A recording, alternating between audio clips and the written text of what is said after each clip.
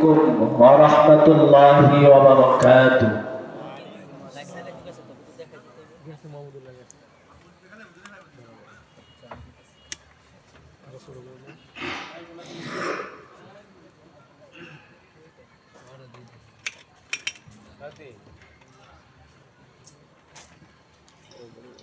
الحمد لله الحمد لله وكفى وسلام على عباده الذين اصطفى أما بعد فأعوذ بالله من الشيطان الرجيم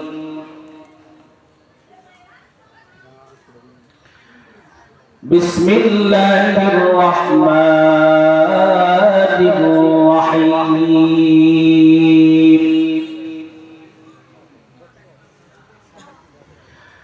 يا أيها الذين آمنوا كتب عليكم الصيام كما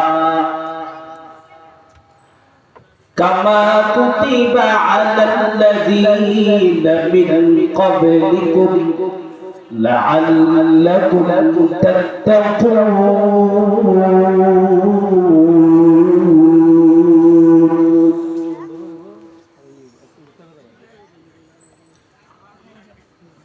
وقال تعالى في شان حبيبه إن الله وملائكته يصلون على النبي يا أيها الذين آمنوا صلوا عليه وسلموا تسليما اللهم صل على محمد وعلى آل محمد كما صليت على إبراهيم وعلى آل إبراهيم إنك حميد مجيد اللهم بارك على محمد وعلى آل محمد كما باركت على إبراهيم وعلى آل إبراهيم إنك حميد مجيد يلوح بها أثره ورسله فتجذبن شوقا إليها مجررا فتجذبن شوقا إليها مجررا يلوح بها أثره ورسله فتجذبن شوقا إليها مجررا وكيف التزتي بالحياة مفارقا مدينة محبوب لها القلب سجرا مدينة محبوب لها القلب سجرا تذكرت أثار المدينة طيبة فصار فؤادي نحوها قد تطيرا فصار فؤادي نحوها قد تطيرا مدينة محبوب حياة للمؤمنين ليريز إيمان إليها مسخرا ليريز إيمان إليها مسخرا وقرة أعيني إذ أتيت ببابه وقرة عيني إذ أتيت ببابه وصار فؤادي منهما بمطهرا وصار فؤادي منهما بمطهرا لا إله إلا الله لا إله لا إله إلا الله لا إله إلا الله لا إله إلا الله لا إله لا إله لا إله لا إله إلا الله لا إله إلا الله لا إله إلا الله لا إله إلا الله قادر قدرت تعريب الكمال أنت ربي أنت حسبي ذو الجلال جليل الله تهي قادر جهدا بحر حالي تهي مبان قدر لا إله إلا الله لا إله لا إله إلا الله لا إله إلا الله لا إله إلا الله لا إله إلا الله لا إله إلا الله لا إله لا إله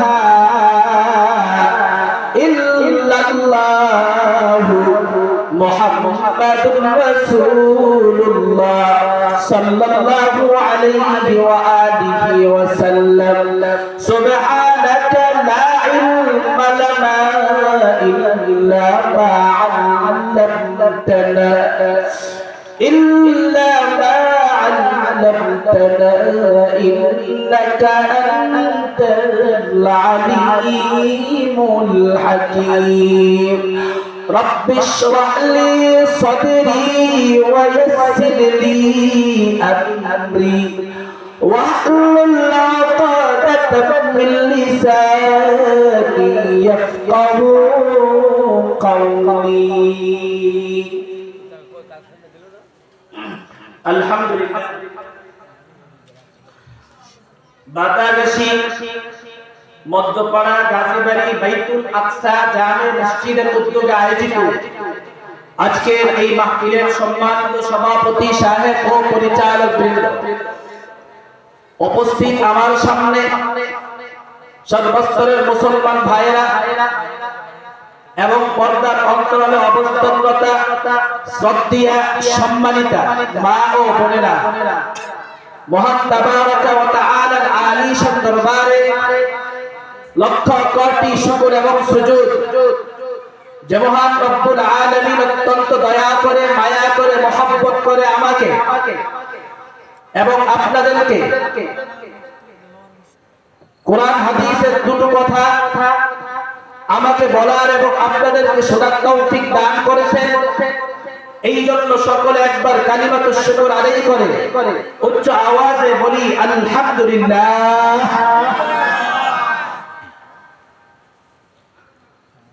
কোরআন হাদিসের মজলিস এটা নূহ আলাইহিস সালাতু ওয়াস সালামের সেই কিস্তির মতো।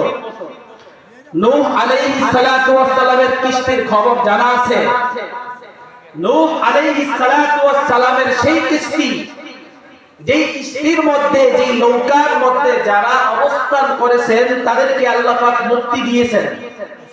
আর যারা সেই কিস্তির মধ্যে, সেই নৌকার মধ্যে অবস্থান করতে পারেনি তাদেরকে আল্লাহ পাক ধ্বংস করে দিয়েছেন। তো বর্তমান জামানায় কোরআন সুন্নাহর মাহফিল গুলো হচ্ছে সেই নূহ আলাইহিস সালাতু ওয়াস সালামের কিস্তির মতো, নৌকার মতো। বলেন না সুবহানাল্লাহ। এই কিস্তি নূহ আলাইহিস সালাতু ওয়াস সালামের যে নৌকা, এই নৌকার মধ্যে যারা অবস্থান করছে আল্লাহ তাদেরকে কি করছেন? মুক্তি দিয়ে দিয়েছেন। এর মধ্য থেকে একজন ছিল নূহ আলাইহিস সালাতু ওয়াস সালামের সন্তান, ওনার ছেলে। মোটামুটি অনেক ঈমানদার নৌকার মধ্যে উঠলেন, কিন্তু তার সন্তান উঠলেন না। তো সন্তানকে লক্ষ্য করে বললেন, ওয়ানাদা নূহুন ইবনাহু ওয়া কানা ফী মা'যিলিন ইয়া বুনাইয়া ইরকাব মা'ানা يا بني اركب معنا ولا تكن مع الكافرين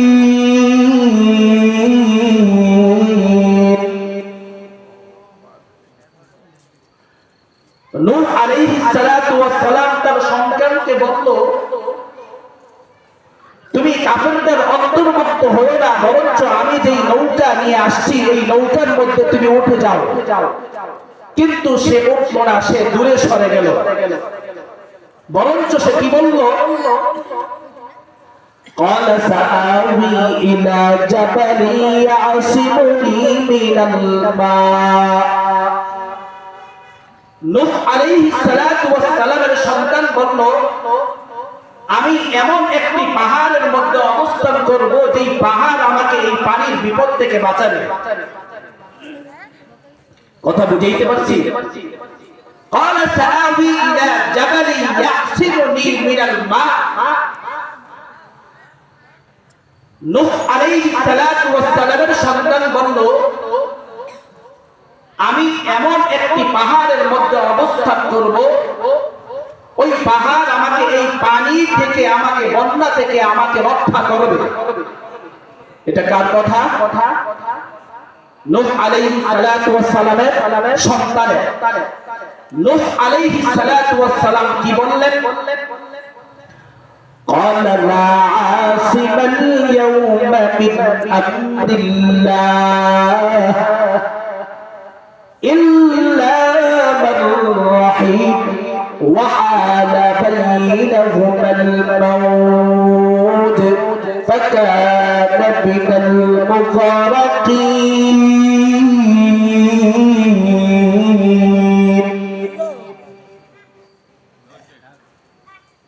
নূহ আলাইহিস সালাতু ওয়াস সালাম বললেন,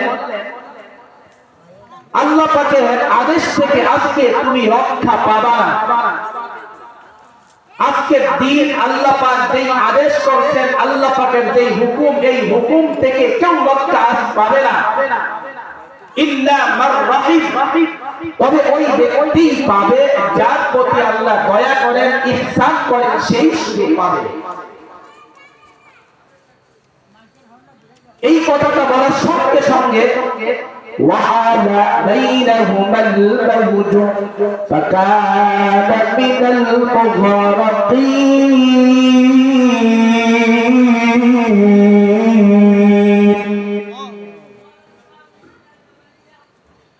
এই কথাটা বলার সঙ্গে সঙ্গে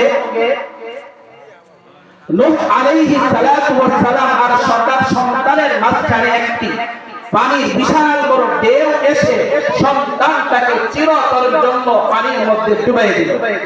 শেষ। বাপ বেটার জীবনের শেষ কথা এটাই। তো এই জন্য ভাইরা আমার আপনার কিন্তু এই দশাটাই হবে যদি আমরা কোরআন সুন্নাহর মাহফিলগুলোকে আমরা ইজ্জত সম্মান না করি। আজকে আমাদের বাংলাদেশ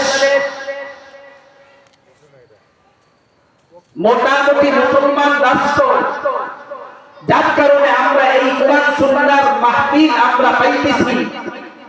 অন্যান্য রাষ্ট্রের দিকে তাকান, তাদের কিন্তু এই সুযোগ বেশি একটা হচ্ছে না। নিয়ামত থাকতে নিয়ামতের কদর সাধারণত করা হয় না। নিয়ামত যখন চলে যায় তখনই আমরা আফসোস করি, এটা মানুষের একটা স্বভাব। এই জন্য আল্লাহ পাক রব্বুল আলামিন বলেন, ইন্নাল ইনসানা লিরাব্বিহি লাকানুদ, মানুষ তার প্রভুর ব্যাপারে, প্রভুর হুকুম মানার ব্যাপারে মানুষ বেঈমানি করে। এজন্য ভাইয়েরা আমি সকলকে বলবো, আপনারা যারা বাজারে বসে আছেন, রাস্তাঘাটে গল্প গুজব আপনারা করতেছেন, আমি আপনাদের হাতে পায়ে ধরে বলবো এই সময়টুকু জীবনে আর আসবে কিন্তু না, আর কখনো পাবেন না। এই জন্য আমি বলবো আপনারা দয়া করে এই মজলিসের মধ্যে আসেন, বসেন। এই মজলিসের বরকত আছে, এই মজলিসের ফজিলত আছে। আপনারা যে দোকান পাটে বসে আছেন ওটার কিন্তু ফজিলত নেই। এটার কি ফজিলত? আল্লাহ রাসূল সাল্লাল্লাহু আলাইহি ওয়া আলিহি ওয়া সাল্লাম বলেন, কোরআন সুন্নাহর একটা মজলিস এত দামি, এত দামি, 60 বছর নফল ইবাদত করলে যেই পরিমাণ সওয়াব, 60 বছর নফল নামাজ পড়ে যেই পরিমাণ সওয়াব পাবেন, 60 বছর রোজা রেখে যেই পরিমাণ সওয়াব পাইবেন, 60 বছর কোরআন তেলাওয়াত করে যেই পরিমাণ সওয়াব আপনি পাবেন, আল্লাহর রাসূল বলতেছেন শুধুমাত্র ওই মজলিসটার মধ্যে 1 ঘন্টা বা 1.5 ঘন্টা যদি তুমি বসো, আমি আল্লাহ তোমাকে সেই পরিমাণ সওয়াব তোমার আমলনামার মধ্যে আমি আল্লাহ দিয়ে দেব। বলেন সুবহানাল্লাহ। এটা কোনো বানোয়াটি কথা নয়, আল্লাহর রাসূলের কথা। আর আল্লাহর রাসূল সম্পর্কে আল্লাহ কি বলেন? ইন হুয়া ইল্লা ওয়াহয়ুহা। আল্লাহর রাসূল যাই বলেন আল্লাহর পক্ষ থেকে, আল্লাহ যেটা বলেন ওটাই উনি বলেন, ব্যতিক্রম কোনো কিছু উনি বলেন না। রাসূলের কথা সত্য। এই জন্য ভাইয়েরা আমার, আবারও আপনাদেরকে বলতেছি, আপনারা দয়া করে নিজের উপর একটু মায়া করে, ইহসান করে কোরআন সুন্নাহর মজলিসে আসেন, একটু বসেন। আপনার জীবনটা, দুনিয়ার জীবনটাও সুন্দর হবে, পরকালের জীবনটাও আপনার সুন্দর হবে। আল্লাহ পাক আমল করার তৌফিক দান করুন, আমিন। يا أيها الذين آمنوا كتب عليكم الصيام كما كتب على الذين من قبلكم لعلكم تتقون।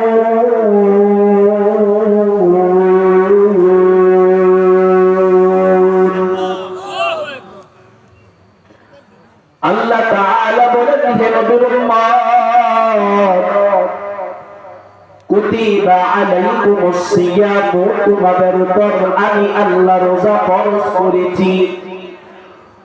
রোজাটাকে আমি আল্লাহ তোমাদের উপর ওয়াজিব করি নাই, রোজাটাকে আমি আল্লাহ তোমাদের উপর নফল বানাই নাই। রোজাটাকে আমি আল্লাহ তোমাদের উপর কি বানাইলাম? আমি আল্লাহ রোজাটাকে তোমাদের উপর আমি আল্লাহ ফরজ করছি। এর মানে হলো বাধ্যতামূলক, এটা করতেই হবে, না করলে গুনাহগার হতে হবে। এই জন্য নবীর উম্মত, ফরজ এমন একটি আমল, যেই আমলটা তোমার আমার জন্য বাধ্যতামূলক করতেই হবে। ফরজ এমন একটি আমল তোমার বাধ্যতামূলক, তোমার করতেই হবে, না করলে আল্লাহ বলেন তোমার গুনাহ হবে। কেমন গুনাহ হবে? কবিরা গুনাহ, কোন সগীরা গুনাহ নয়। ফরজ আদায় না করলে কবিরা গুনাহ হবে। আল্লাহ তাআলা বলেন, নবীর উম্মত, আমি আল্লাহ তোমাদের উপর রোজাটাকে আমি আল্লাহ ফরজ করলাম, ওয়াজিব করি নাই, নফল করি নাই, মুস্তাহাব আমি আল্লাহ করি। কেন, কি জন্য আমি আল্লাহ করিনি? কামা কুতিবা আলাল্লাযীনা মিন ক্বাবলিকুম لعلكم تتقون।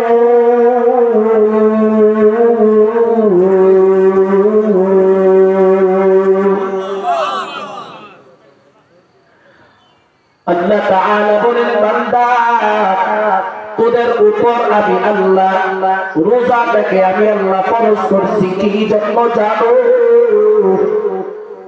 একটি কারণ আছে, কারণটা কি? লাআল্লাকুম তাত্তাকুন, যেন তোমরা আল্লাহর প্রিয় বান্দা হতে পারো, মুত্তাকি হতে পারো, পরহেজগার হতে পারো। মুত্তাকি পরহেজগার যেন তোমরা হতে পারো, এই জন্য আমি আল্লাহ তোমাদের উপর রোজা ফরজ করেছি। ওয়াজিব করি নাই, নফল করি নাই, মুস্তাহাব আমি আল্লাহ করি নাই। একটু খেয়াল করিয়া তোমরা শোনো, আল্লামা জালালউদ্দিন সুয়ুতী রাহমাতুল্লাহি আলাইহি বলেন, লাআল্লাকুম তাত্তাকুন আই আল মাআসিয়া। তাত্তাকুন মাফউল তিনি বানাইলেন আল মাআসি, فإنه يكسر الشهوة التي هي مبدأها।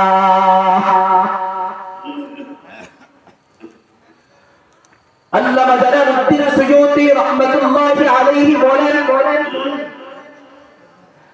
রোজাটাকে আমি আল্লাহ এই জন্য ফরজ করলাম যেন মানুষগুলো মুত্তাকি হইতে পারে, মানুষগুলো যেন গুনাহ ছেড়ে দেয়, মানুষগুলো যেন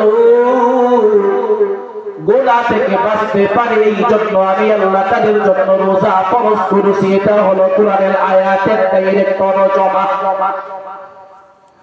রোজা তোমার আমার জন্য কেন ফরজ করলে? আল্লাহ তাআলা বলে, রোজাটাকে আমি আল্লাহ এই জন্য ফরজ করলাম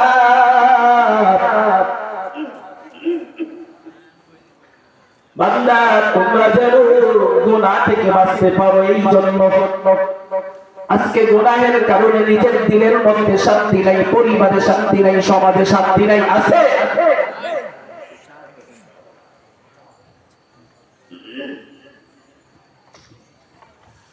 গুনাহের কারণে আজকে নিজের দিলের মধ্যে শান্তি নাই। আলেম হই, মুফতি হই, মুহাদ্দিস হই, সাধারণ মানুষ হই, কারো মধ্যে আজকে শান্তি নাই।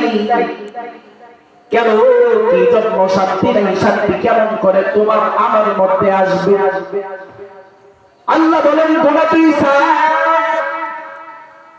গোনা তুমি সারিয়া দে, তোর দিলের ভিতরে আমি আল্লাহ শান্তি অবশ্যই দিবই দিব। গোনা ছাড়বি না, আমি আল্লাহর সাথে বিয়াদবি করবি, আমি আল্লাহ দিলে শান্তি দিব না। ওস্তাদের সাথে বিয়াদবি করলে ওস্তাদ তোমাকে মায়া করবে, কথা বলে। বাপের সাথে বিয়াদবি করলে বাবা সন্তানটাকে মনে হয় খুব বেশি মায়া করে, কথাই বলে।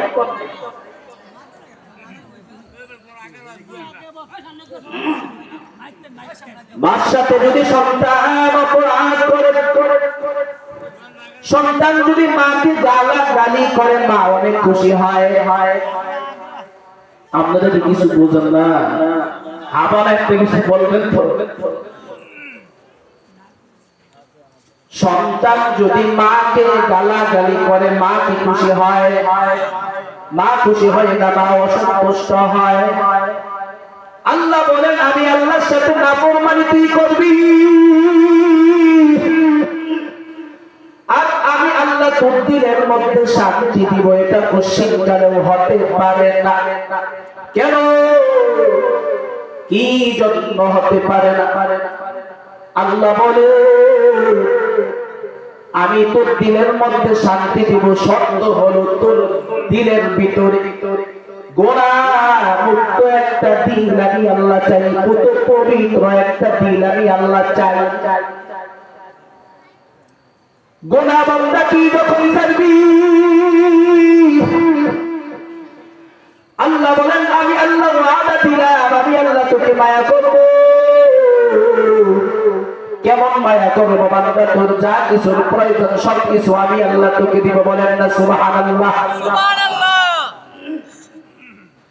আল্লামা জালালউদ্দিন সুয়ুতি রাহমাতুল্লাহি আলাইহি লাআল্লাকুম তাত্তাকুনা তাফসীর কেমন করে তিনি করেন লাআল্লাকুম তাত্তাকুনা আল মাআসিয়া ফাইন্নাহু ইয়াকসিরু আশ-শাহওয়াতা আল্লাতী হুয়া মাবদাউহা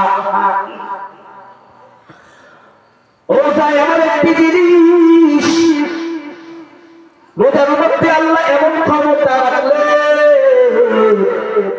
এই রোজাটা গুনাহের মূল ভিত্তি ভেঙে চুরমার করে ফেলে বলেন না সুবহানাল্লাহ সুবহানাল্লাহ গুনাহের মূল ভিত্তি কি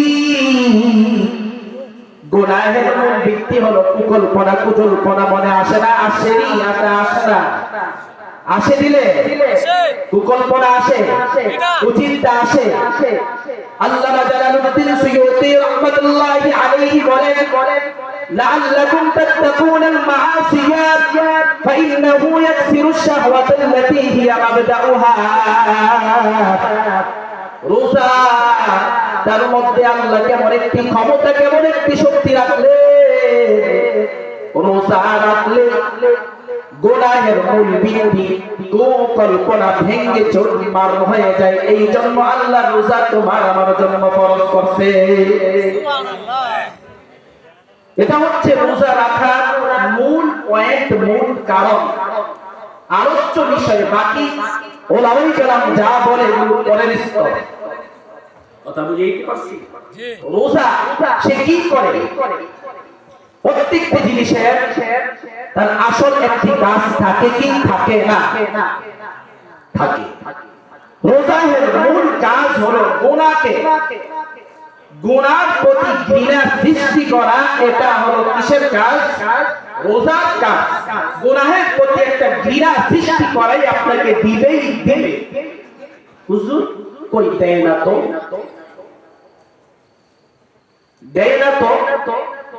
আমি বলবো কেমনি বা দিবে তুমি যে রোজা রাখো এই রোজা তো রোজার মতো হচ্ছে না এই জন্য দেয় না কথা বুঝাইতে পারছি এই জন্য নবীর উম্মাহ রোজা কি জন্য রোজা দিয়েছেন আল্লাহ পাক রব্বুল আলামিন গুনাহ থেকে বাঁচানোর জন্য আর এই রোজা গুনাহের মূল ভিত্তি কুকল্পনা কুজল্পনা কুচিন্তা কুভাবনা সবগুলোকে ভেঙে চুরমার করিয়া দেয় বলেন না সুবহানাল্লাহ সুবহানাল্লাহ আল্লাহ পাক রব্বুল আলামিন বলেন আমি আল্লাহকে ভয় কর আল্লাহকে ভয় করলে লাভ আছে না নাই আছে আল্লাহকে ভয় করলে লাভ আছে দেখো কেমন লাভ আউফ ইবনে সালেম রাদিয়াল্লাহু তাআলা আনহু নামটা কি বললাম আউফ ইবনে সালেম রাদিয়াল্লাহু তাআলা আনহু আল্লাহর নবীর একজন সাহাবী আউফ ইবনে সালেম রাদিয়াল্লাহু তাআলা আনহু আল্লাহর নবীর দরবারে গেলেন আল্লাহর নবী গো আল্লাহর নবী বলেন আউফ ইবনে সালেম আমার দরবারে তুমি আসছো কেন আমি নবীকে একটু বলো কেন আসছো আউফ ইবনে সালেমের চোখে পানি আউফ ইবনে সালেম তোমার চোখে পানি গেল আউফ ইবনে সালেম রাদিয়াল্লাহু তাআলা আনহু বললেন ওগো আল্লাহর নবী আমার একটি সন্তান শত্রু বাহিনী ওকে আটক করে ফেলেছে তার মা কান্না করে আমি বাবা আমারও তো মায়া আছে আমারও চোখ দিয়ে পানি আসে মুহাম্মদুর রাসূলুল্লাহ সাল্লাল্লাহু আলাইহি ওয়া আলিহি ওয়াসাল্লাম বলেন আউফ ইবনে সালেম টেনশন করো না আমি নবী তোমাকে তিনটা মন্ত্র শিখায়া দেব কয়টি আল্লাহর নবী তাবিজ দিলে আমরা হুজুরেরা তাবিজ দেই গলায় এই জন্য কাজ হয় না গলায় তাবিজ দিলে কাজ হয় না দিলে তাবিজ দিলে কাজ হয় আমরা গলায় তাবিজ দেই এই জন্য কাজীরা কাজ এই জন্য পাওয়ার নাই তাবিজের পাওয়ার থাকে না আল্লাহর নবী দেখেন তাবিজ কোথায় দিলে, আল্লাহর নবী বলেন নাই তোমার গলার মধ্যে একটি তাবিজ আমি সকালে বা এখন ঝুলাইয়া দিব বলছেন। আল্লাহর নবী কিন্তু বললেন, আল্লাহর নবী কি বললেন? আল্লাহর নবী বললেন আউফ ইবনে সালেম তিনটা মন্ত্র শিখাইয়া দিই, তিনটা কাজ তুমি করবা। এক নম্বর, যে আল্লাহ বানাইছে ওই আল্লাহকে ভয় করো। দুই নম্বর, ওই আল্লাহর প্রতি ভরসা রাখো। তিন নম্বর, লা হাওলা ওয়ালা কুওয়াতা ইল্লা বিল্লাহিল আলিয়্যিল আযীম।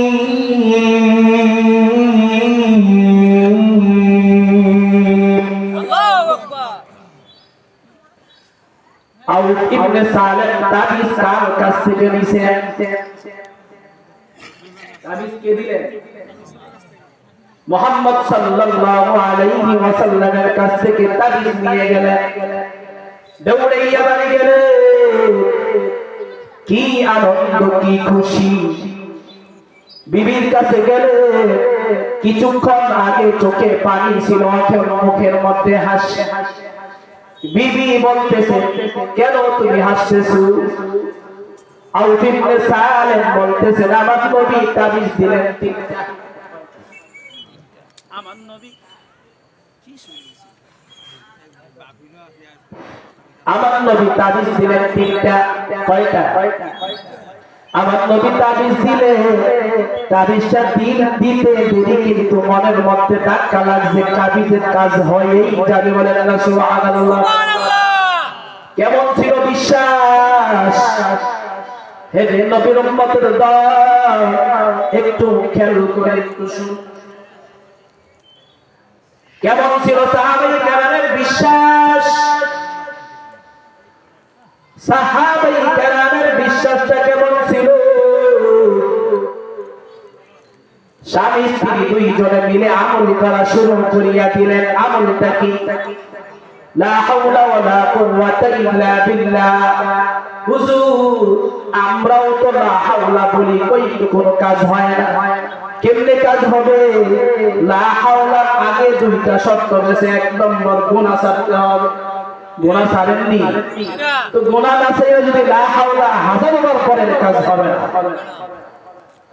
গুনাহ ছাড়তে হলে দুই নম্বর, ভরসা চেয়ারম্যান মেম্বার এমপি প্রধানমন্ত্রীর দিকে তাকাইলে হবে না, তাকাইতে হবে কার দিকে? আহকামুল হাকিমিন আল্লাহর দিকে। বলেন না সুবহানাল্লাহ। বিপদে পড়লে আমরা কয়জন আল্লাহর দিকে তাকাই? যখন দেখি দুনিয়ার কেউ পারে না তখন যাই আল্লাহর দিকে। ঠিক নেই? এই জন্য আল্লাহ বলেন মানুষগুলো হচ্ছে নিরক হারাম বেঈমান। যখন পারে না তখন আমি আল্লাহর কাছে আসি। এই জন্য নবীর উম্মত দেখো সাহাবায়ে কেরামের কেমন বিশ্বাস ছিল, আত্মবিশ্বাসটার দিকে একটু তাকা। স্বামী স্ত্রী দুইজন আমল করা শুরু করিয়া দিলেন। 3 দিন যাইতে না যাইতে রাত্রে 3 দিন যাইতে না যাইতে রাত্রে 2টা বাজে কে যেন দরওয়াজার মধ্যে নক করতেছে। দরজার কারণ আসতেছে। আউফ ইবনে সালেম রাদিয়াল্লাহু তাআলা আনহু দরওয়াজা খুলে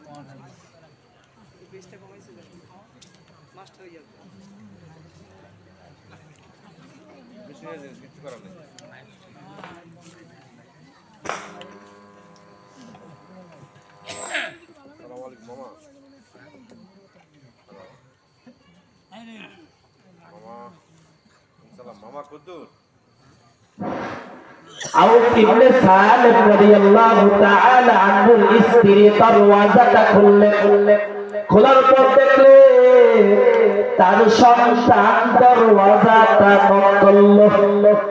তার সন্তান কাঁদলো, হে নবীর উম্মতের দল, সন্তানটার দিকে তাকিয়ে দেখলে তার সঙ্গে সঙ্গে বকরির কোনো অভাব নাই, উটের কোনো অভাব নাই। বলেন না সুবহানাল্লাহ।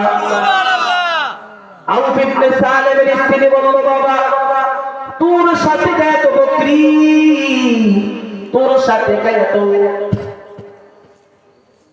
আউফ ইবনে সালেম রাদিয়াল্লাহু তাআলা আনহু বললেন, স্ত্রী সন্তানটাকে কিছু আর জিজ্ঞেস করো না, তাকে করে তার আরামের ব্যবস্থা করুন। যা বলতে হয় বিশ্ব নবীর কাছে কাল ফজরের সময় বলা হলো। সন্তান ঘুমিয়ে গেল। ছেলে আর বাবা সকালে ফজর নামাজ পড়ার পর বিশ্ব নবীর কাছে গিয়ে বললেন, বিশ্ব নবী গো, আমার সন্তান তো চলে আসলে। আল্লাহ নবী জিজ্ঞেস করলেন, আউফ ইবনে সালেমের সন্তান তোমার কি হয়েছে? আমি নবীকে একটু কথাটা একটু স্পষ্ট বুঝায়া বলো। আরে নবীর উম্মত, আউফ ইবনে সালেম রাদিয়াল্লাহু তাআলা আনহুর সন্তান বলল, ওগো আল্লাহর নবী, গতকাল রাত্রিবেলা অনেক বৃষ্টি হয়েছিল, এমন শীত শরীরের মধ্যে কম্পন শুরু হয়ে গেল। আমাকে যারা পাহারাদারি করত, রাত্রে 3 জন দিনে 3 জন, তাহারা এই শীতে কম্পন তাদের শরীরের মধ্যে সৃষ্টি হয়ে গেল, তারা অন্য রুমে ঘুমিয়ে গেল। এই সুযোগে আমি ঘর থেকে বাহির হয়ে মদিনার দিকে রওনা হলাম। আর আমি দেখলাম দুশমনদের গরু ছাগল যতগুলো ছিল সবগুলো আমার সাথে রওনা দিছে। বলেন না সুবহানাল্লাহ। হিসাব করে আমি দেখলাম 40,000 বকরি আর 4,000 উট আমার সঙ্গে হয়ে গেছে। বলেন না সুবহানাল্লাহ। আউফ ইবনে সালেম রাদিয়াল্লাহু তাআলা আনহু জিজ্ঞেস করলেন, আল্লাহর নবী এগুলোর মাসআলা কি হবে? আল্লাহর নবী নীরব নিস্তব্ধ হয়ে গেলেন।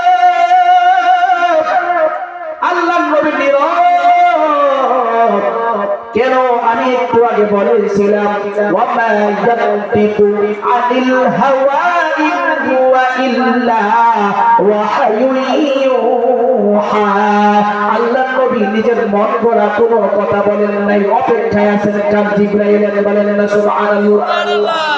জিবরাইল আয়াত নাযিল করলেন, ওয়া মান ইয়াত্তাকিল্লাহা ইয়াজআল লাহু মাখরাজা ওয়া ইয়ারযুকুহু মিন হাইসু লা ইয়াহতাসিব ওয়া মান ইয়াতাওয়াক্কাল আলাল্লাহি ফাহুয়া হাসবুহু ইন্নাল্লাহা বালিগু আমরি ক্বাদ জাআলাল্লাহু লিকুল্লি শাইইন قدرا।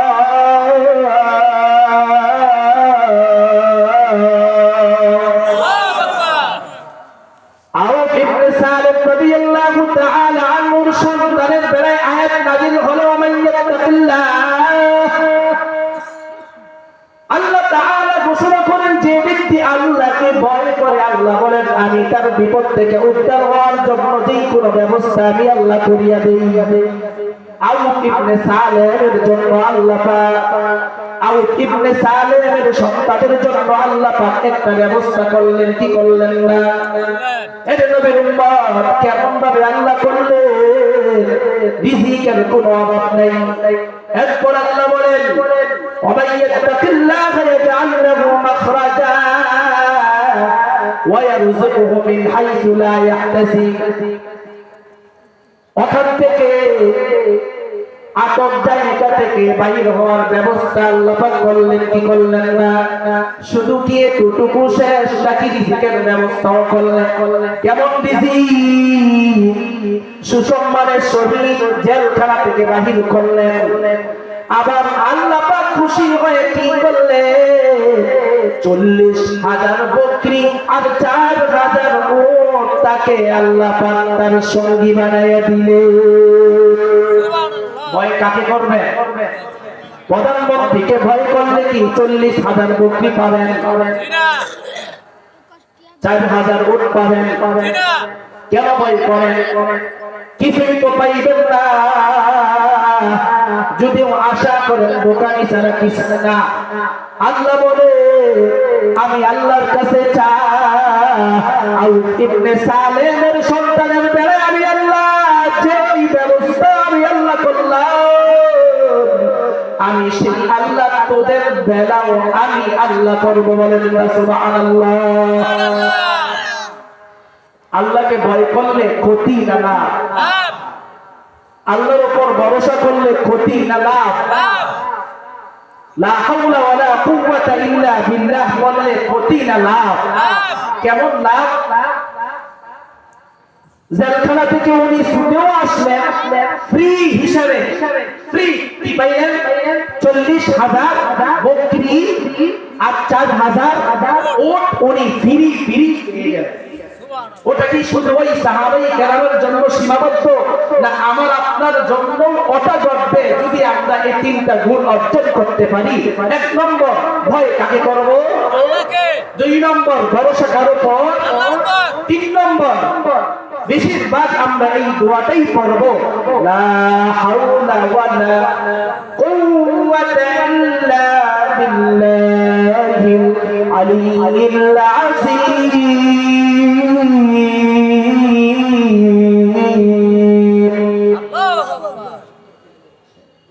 বলতেছিলাম ভাইরা ইয়া আইয়ুহাল্লাযীনা আমানু কুতিবা আলাইকুমুস সিয়ামু কামা কুতিবা আলাল্লাযীনা মিন ক্বাবলিকুম লাআল্লাকুম তাত্তাকুন।